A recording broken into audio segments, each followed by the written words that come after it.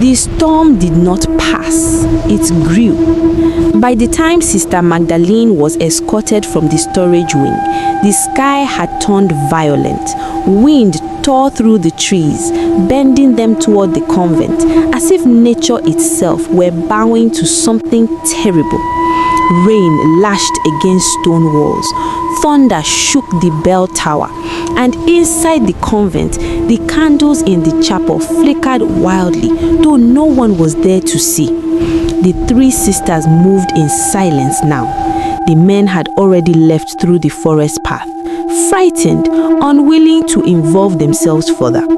This was no longer pleasure. This was preservation. Sister Magdalene walked ahead of them, her wrists gripped tightly. She did not scream. She did not beg. Her silence unsettled them more than resistance would have. "You don't understand what you are doing," Sister Lucia hissed over the roar of rain. "If you speak, everything collapses." "Then let it collapse," Magdalene replied, her voice trembling but steady. "Better a broken church than a corrupted one." Lightning split the sky above them. For a brief second, their shadows stretched long and distorted across the wet ground, looking less like holy women and more like something else entirely. They dragged her past the chapel, past the white rose garden, toward the far edge of the property, toward the old church ruins. It was an abandoned stone structure that had once stood before the new convent was built decades ago. Now, it was nothing but broken walls and a cracked bell tower leaning dangerously to one side. No one visited it. The sisters told students it was unsafe, but tonight it was useful. Mud clung to their shoes as they reached a patch of open earth beside the ruins. The ground there was softer than the rest of the hill. It had been disturbed before, long ago. The storm masked every sound, the scraping of metal against soil, the heavy breathing, the growing panic beneath forced calm. Magdalene finally understood. Her breath quickened. "You don't have to do this," she said quietly. Sister Beatrice's hands trembled as she dug. "You left us no choice." "There is always a choice," Magdalene whispered. "Repent." Sister Veronica's eyes flashed in the lightning. "Repentance won't save this convent." Another thunderclap roared overhead. The grave was deep enough. Too deep. Rainwater began pooling at the bottom. For a moment, just one moment, doubt flickered across Lucia's face. "This is madness," she muttered. "We can still stop." But Beatrice shook her head violently. "She'll tell, you heard her." Magdalene closed her eyes and began to pray. Not loudly, not dramatically, just softly. A prayer for forgiveness, not for herself, for them. And that unsettled them more than anything else.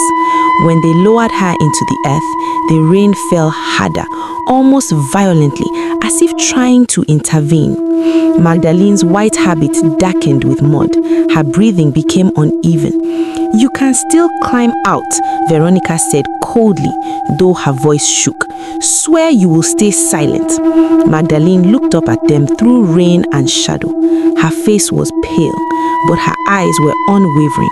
"I will not protect sin." Silence. Thunder rolled like distant drums of judgment, and then the first shovel of wet soil fell. Not violently, not rushed, just heavy, final. Lucia turned away as more soil followed. Beatrice's hands moved faster now, panic driving her. Veronica did not look away at all. Magdalene's prayers continued beneath the storm, soft, fading, until they were no longer heard. When it was done, the rain began to slow. The wind quieted. The storm, as if satisfied, drifted away into the distance. Three sisters stood before freshly disturbed earth, breathing hard, covered in mud, bound together now not by secrecy, but by blood. No one spoke for a long time. Then Veronica bent down and pressed Magdalene's rosary into the wet soil. A warning, she murmured. They turned and walked back toward the lit windows of the convent, their silhouettes swallowed by darkness. Behind them, the ground settled, still, silent, dead. Or so they believed. In the chapel, at exactly 3 a.m., the great bell rang, once, by itself. Far beneath the soaked earth beside the old church ruins, a hand moved, slowly, weakly, fingers curling into mud, not lifeless, not yet. Morning at the Convent of Silent Mercy always began the same way. The bell rang at 5 a.m. The sisters gathered in the chapel, and Sister Magdalene led the first prayer. She was never late, not once in all her years. So when the bell rang and the chapel doors opened, and Magdalene was not there, a ripple of confusion passed through the pews. Mother Superior Agnes stood at the altar, her hands folded tightly. She must be unwell, Sister Lucia offered quickly. But Lucia avoided eye contact. The chapel felt different, too quiet. The candle flames burned lower than usual. 5 minutes passed, then 10. Still no Magdalene. Mother Superior's brows tightened slightly. She has never missed morning prayer, she said firmly. Sister Magdalene values discipline above all things. Her voice carried concern and something else, disappointment. The sisters were sent to search. Rooms were checked, the garden was scanned, the chapel basement was inspected. Her bed was neatly made, her rosary was gone, her shoes were missing, but there was no note, no explanation, no trace. Whispers began to spread among the younger nuns. Did she leave? Did someone see her? That storm last night? Mother Superior's face grew more unsettled by the minute. This is not like her. She would never leave without permission. Behind her calm posture, tension began to rise. Meanwhile, in a locked storage room near the east wing, 3 sisters stood close together, their habits freshly washed, their hands trembling. Sister Beatrice paced the floor. "This is already suspicious," she whispered harshly. "They are searching everywhere." Sister Lucia hugged herself tightly.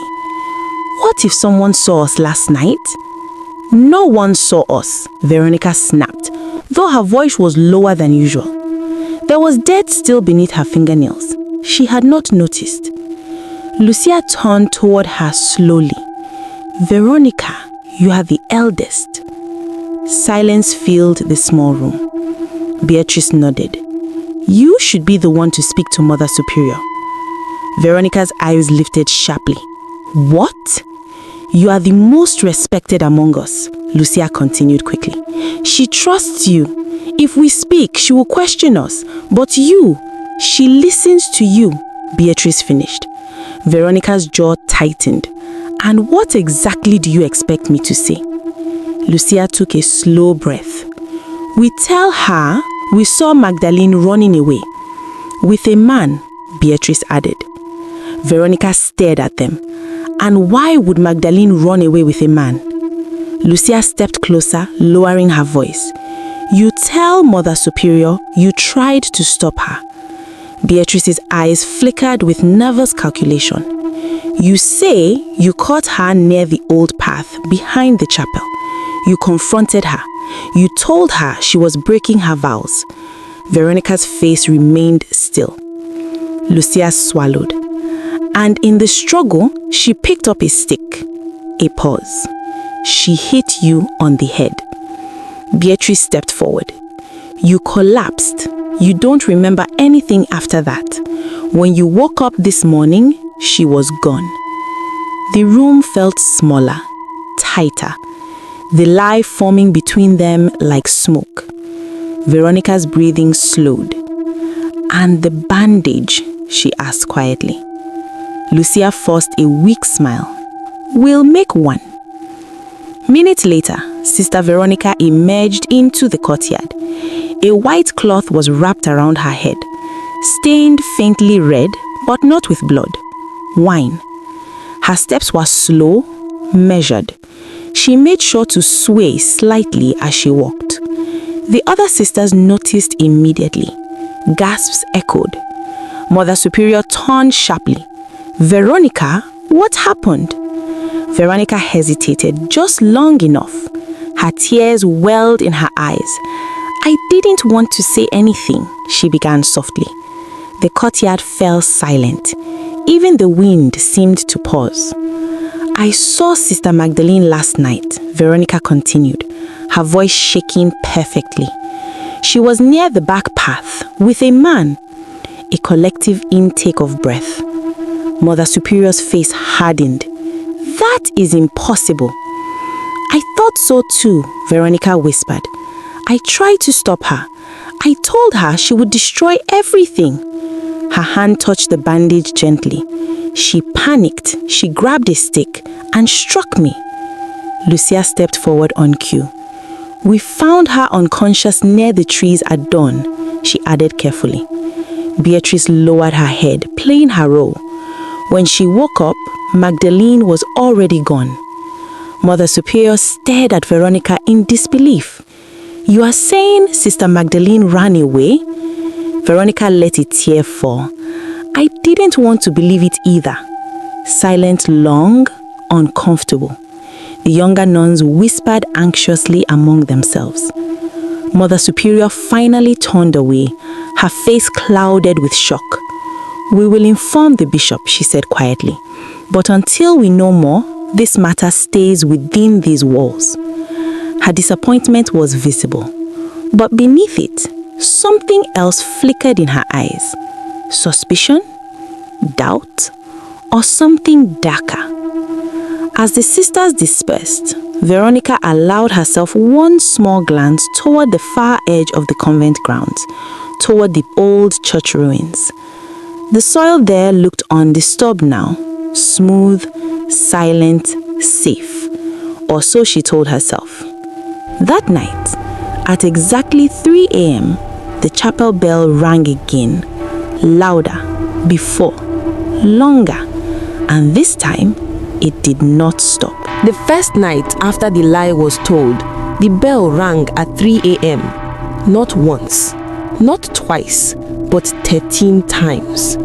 The sisters rushed from their rooms in confusion, candles trembling in their hands. Mother Superior stood beneath the bell tower, staring upward. "No one is up there," she whispered. The rope swayed on its own. The second night, it happened again. 3 a.m., the bell rang, longer, louder. And when the sisters gathered in the chapel, they saw it. The statue of the Virgin Mary was crying. Dark red tears streamed down its stone cheeks, thick, slow, staining the white marble. One young nun screamed. Mother Superior stepped back in horror. "Clean it," she ordered shakily. But when Sister Lucia touched the tears with a cloth, the cloth turned brown, like soil. By the third night, sleep had abandoned the convent. Whispers echoed in the hallways when no one spoke.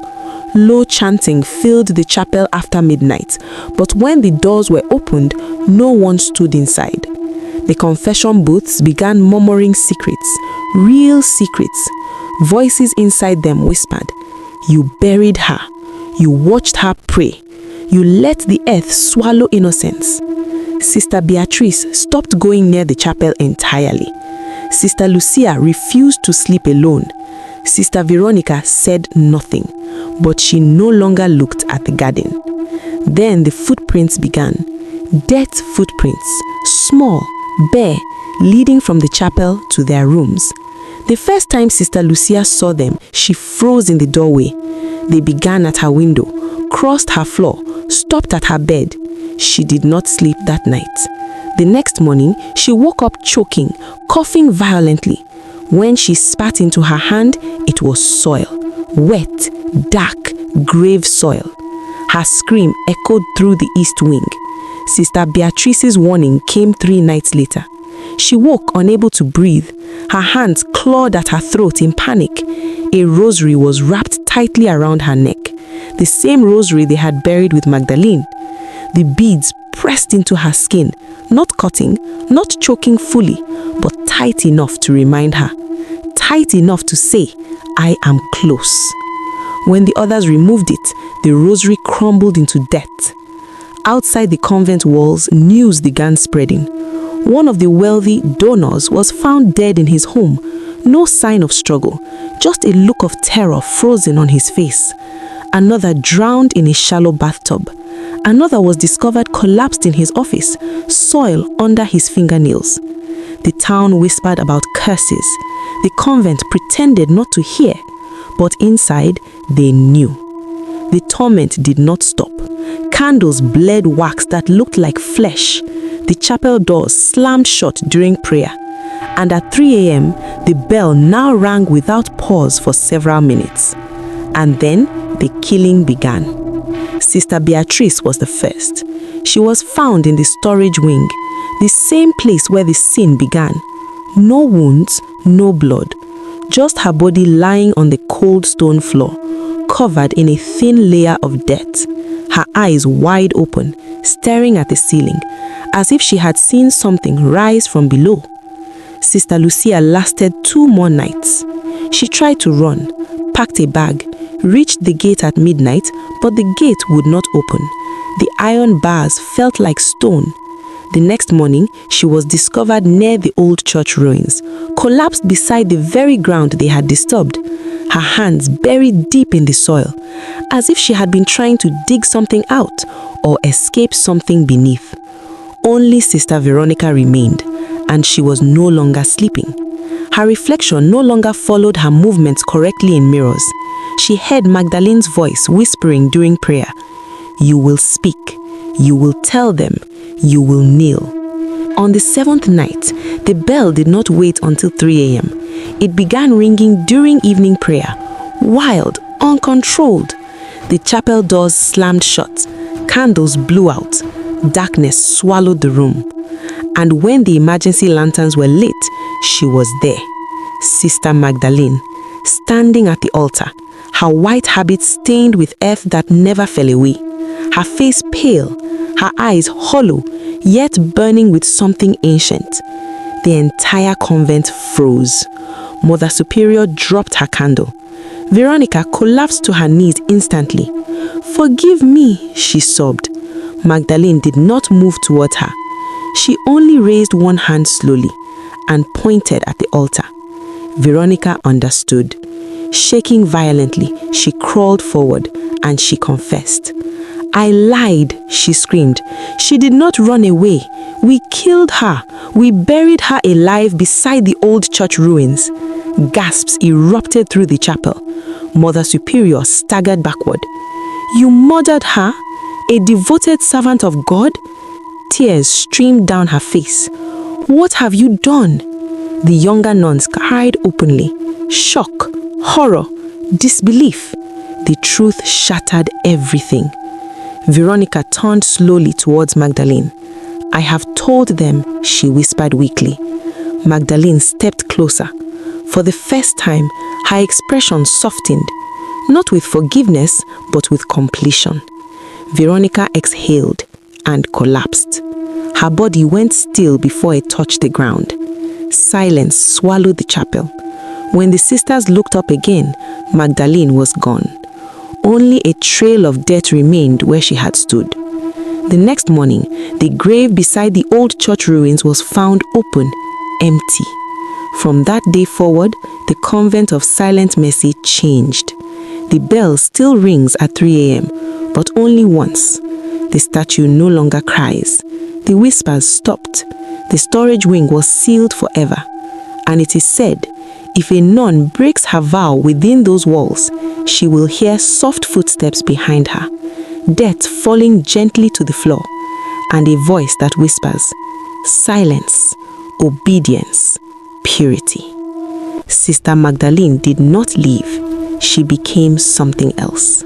Not a spirit of revenge, but a guardian, a watcher, a protector of sacred ground.